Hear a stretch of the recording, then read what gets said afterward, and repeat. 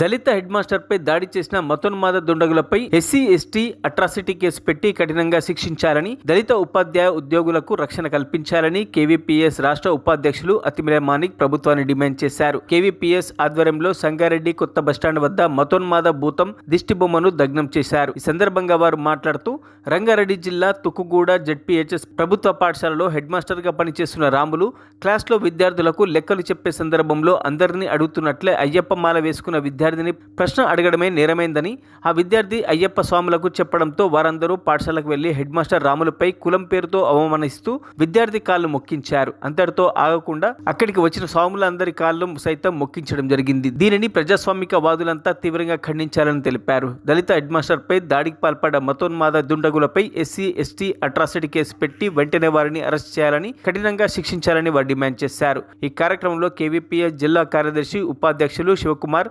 CITU జిల్లా సహాయ కార్యదర్శి యాదగిరి, డివైఎఫ్ఐ జిల్లా ఉపాధ్యక్షులు బాలరాజ్, ఎస్ఎఫ్ఐ జిల్లా కార్యదర్శి మహేష్, కేజీకేఎస్ జిల్లా కార్యదర్శి రమేష్ గౌడ్, కేవీపీఎస్ జిల్లా కమిటీ సభ్యులు దత్తు, నాయకులు తదితరులు పాల్గొన్నారు. ఈరోజు అయ్యప్ప మాల వేసుకునేటటువంటి ఈరోజు వాళ్ళుండే నువ్వు లెక్కలు అడుగుతావు అని చెప్పేసి ఈరోజు కొంతమంది ఈరోజు అక్కడ ఉన్నటువంటి అయ్యప్ప మాలలు వేసుకున్నటువంటి వాళ్ళు గుమ్మిగూడి ఈరోజు పాఠశాల మీద దాడి చేయడమే కాకుండా అక్కడ ఉన్నటువంటి హెడ్ మాస్టర్ మీద దాడి చేసి కులం పేరుతో దూషిస్తూ అవమానించినటువంటి దుర్మార్గమైనటువంటి ఘటన వచ్చింది. బాలుడు కాలు మొక్కాలని చెప్పి ఒత్తిడి చేయడం, అట్లనే అక్కడ వచ్చినటువంటి అయ్యప్పలతో కూడా కాలు మొక్కించేటటువంటి దుర్మార్గమైనటువంటి ఈరోజు చర్య పాల్పడేటువంటి పరిస్థితి ఉంది. ఈ రకంగా ఈరోజు సభ్య సమాజం తలదించుకునేటటువంటి పద్ధతిలో ఈరోజు మనువాదులు ఈరోజు పెట్టయిపోతున్నటువంటి పరిస్థితి కనిపిస్తూ ఉంది.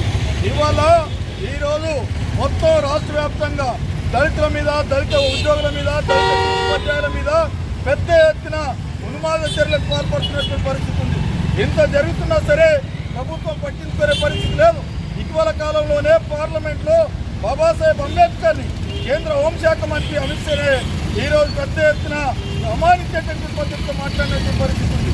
దేశవ్యాప్తంగా ఈరోజు పెద్ద ఎత్తున నిరసన వచ్చినా సరే కేంద్ర మోడీ కానీ అమిత్ షా కానీ ఈరోజు ఉల్పు లేదు పలుకు లేదు అనేటటువంటి పద్ధతిలో కనీసం స్పందించేటటువంటి పరిస్థితిలో ఈరోజు లేవు.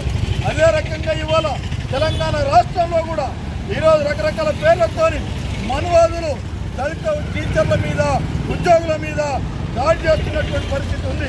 గతంలో నిజామాబాద్ జిల్లాలో ఈరోజు మల్లికార్జున అనే టీచర్ మీద కూడా ఇదే రకమైనటువంటి దాడి చేసేటువంటి పరిస్థితి. మరిన్ని అప్డేట్స్ కోసం మా ఛానల్ని సబ్స్క్రైబ్ చేయండి.